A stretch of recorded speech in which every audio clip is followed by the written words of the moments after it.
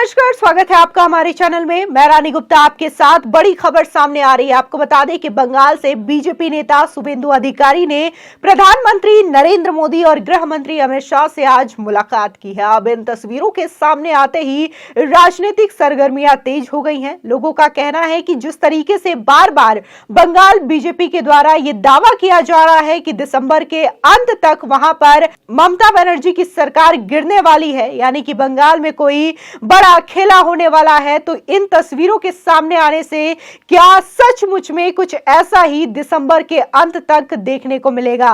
वहीं कुछ लोगों का यह भी कहना है कि बंगाल में लोकल इलेक्शंस होने वाले हैं, यानी कि नगर निगम के चुनाव होने वाले हैं, जिसकी वजह से शुभेंदु अधिकारी ने गृह मंत्री से मुलाकात की है। तो वहीं कुछ लोगों का यह भी दावा है कि जिस तरीके से निशित प्रामाणिक और मिथुन चक्रवर्ती ये दावा कर रहे हैं बार बार कि टीएमसी के 40 से 45 विधायक उनके संपर्क में हैं और जल्द ही दिसंबर में ममता बनर्जी की सरकार पश्चिम बंगाल में गिरने वाली है, तो इन क्या बातों में कुछ सच्चाई है, जिसकी वजह से आज शुभेंदु अधिकारी ने गृह मंत्री और पीएम मोदी से मुलाकात की है। बता दें कि पश्चिम बंगाल में नेता प्रतिपक्ष और बीजेपी के विधायक शुभेंदु अधिकारी ने मंगलवार की सुबह केंद्रीय गृह मंत्री अमित शाह से दिल्ली में मुलाकात की है। वहीं मंगलवार को संसद भवन में शुभेंदु अधिकारी अमित शाह से मुलाकात करने भी पहुंचे। दोनों के बीच लगभग 30 मिनट तक चर्चा हुई है। हालांकि इस मुलाकात का मुद्दा अभी तक साफ तो नहीं हो पाया है, लेकिन यही कहा जा रहा है कि ये बंगाल में आने वाली बड़ी सियासत से जुड़ा हुआ मुद्दा हो सकता है। बता दें कि शुभेंदु अधिकारी ने पीएम मोदी से भी मुलाकात की है। दोनों के बीच अकेले में लगभग 30 मिनट तक बातचीत हुई है। उनके बाद शुभेंदु अधिकारी ने टीएमसी को देश का सबसे भ्रष्ट पार्टी करार दिया है। इससे पहले शुभेंदु अधिकारी ने शनिवार को राज्य के दौरे के दौरान गृह मंत्री से मुलाकात भी की थी। बता दें कि 3 दिन बाद शुभेंदु अधिकारी गृह मंत्री अमित शाह से मिले और इसी के साथ ही नतीजन राजनीतिक हलकों द्वारा यह अनुमान लगाया जा रहा है कि यह बैठक राज्य राजनीति के दृष्टिकोण से विशेष रूप से महत्वपूर्ण है।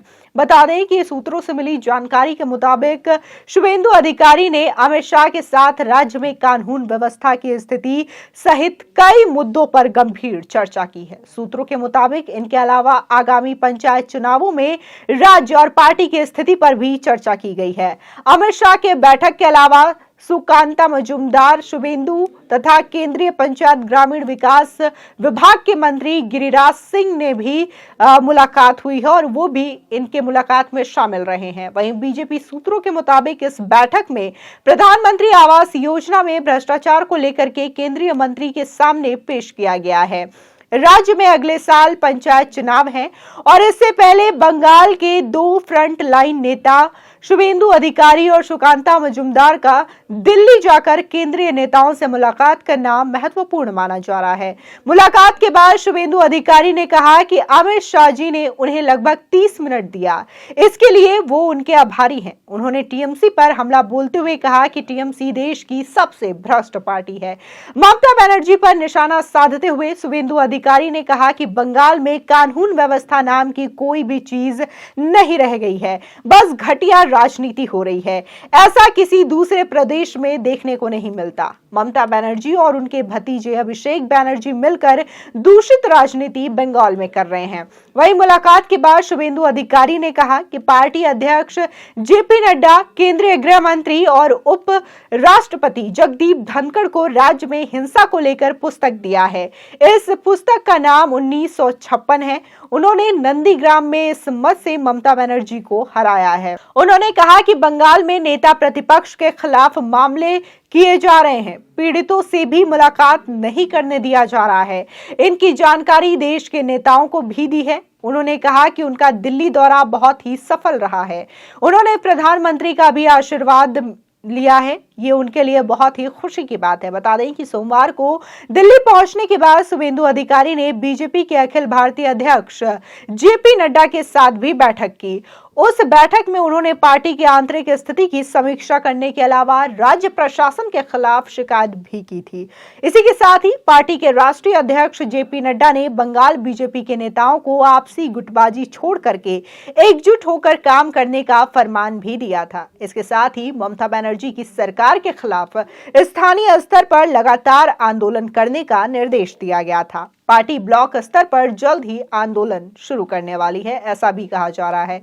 बता दें कि ये तस्वीर जब से सामने आई है, लोगों ने अंदाजा लगाना शुरू कर दिया है कि पंचायत चुनाव और नगर निगम जो चुनाव होने वाले हैं, क्या उससे राज्य में स्थिति बदलने वाली है? क्या राज्य में अब ममता बनर्जी के सरकार की उल्टी गिनती शुरू हो गई है? क्योंकि पहले मिथुन चक्रवर्ती जो कि बीजेपी से नेता हैं और एक्टर हैं, उन्होंने भी यह दावा किया था कि बीजेपी के संपर्क में टीएमसी के 40 से 45 विधायक है और 40 से 45 एक बड़ा आंकड़ा होता है। अगर ये बीजेपी के संपर्क में है तो ऐसा कहना गलत नहीं होगा कि जल्द ही पश्चिम बंगाल में कोई बड़ा राजनीतिक खेला देखने को मिल सकता है। वहीं बीजेपी से ही नेता है निशित प्रामाणिक, उन्होंने भी यह दावा किया था कि बीजेपी के संपर्क में 30 से 40 विधायक है। ऐसे में यह कहा जा रहा है कि बार बार विधायकों की संख्या बताना और बार बार यह कहना कि टीएमसी के विधायक बीजेपी के संपर्क में है, तो यह आने वाले दिनों में किसी बड़े राजनीतिक वार पलटवार की ओर इशारा करता है। आपको बता दें कि लगातार पश्चिम बंगाल को लेकर के शिकायतें आ रही हैं और ममता राज को लेकर के लोग शिकायत करते हुए नजर आ रहे हैं कि वहां पर आपराधिक घटनाएं बढ़ी हैं, हिंसा का माहौल बढ़ा है और सबसे ज्यादा भ्रष्टाचार भी ममता बनर्जी के राज में हो रहा है। खुद उनके 3-4 मंत्रियों ऐसे हैं जो कि लगातार उनका नाम भ्रष्टाचार के मामले में आ रहा है, वो इस वक्त जेल के अंदर बंद है। इसके बावजूद ममता बनर्जी ये कहती हैं कि उनकी पार्टी ईमानदार पार्टी है। और वहीं देखने को मिल रहा है कि शुभेंदु अधिकारी ने भी मुलाकात के बाद अभिषेक बनर्जी पर बड़ा हमला बोला है और ममता बनर्जी पर भी हमला बोलते हुए कहा है कि टीएमसी पार्टी देश की सबसे भ्रष्टाचारी पार्टी है। और उन्होंने अभिषेक बनर्जी जो कि ममता बनर्जी के भतीजे हैं, उन पर भी निशाना साधते हुए कहा कि दोनों अभिषेक बनर्जी और ममता बनर्जी मिलकर के पश्चिम बंगाल में एक दूषित राजनीति चला रहे हैं। यानी कि बार बार ममता बनर्जी के खिलाफ इस तरीके से बीजेपी का आंदोलन करना, पश्चिम बंगाल में आवाज उठाना और शुभेंदु अधिकारी हो या फिर सुकांता मजूमदार हो, बार बार उनका दिल्ली में आना, अमित शाह और प्रधानमंत्री मोदी के साथ मुलाकात करना पश्चिम बंगाल में होने वाले किसी बड़े खेला को दर्शाता है, उसकी ओर इशारा करता है। यानी कि जल्द ही पश्चिम बंगाल में ममता बनर्जी की सरकार पलटने वाली है। यह अपने आप में एक बड़ा सवाल उठाता हुआ नजर आता है। फिलहाल आपकी इस खबर पर क्या राय है, हमारे कमेंट सेक्शन में जरूर बताएं। आगे की और भी अपडेट के लिए चैनल को सब्सक्राइब करना ना भूलें।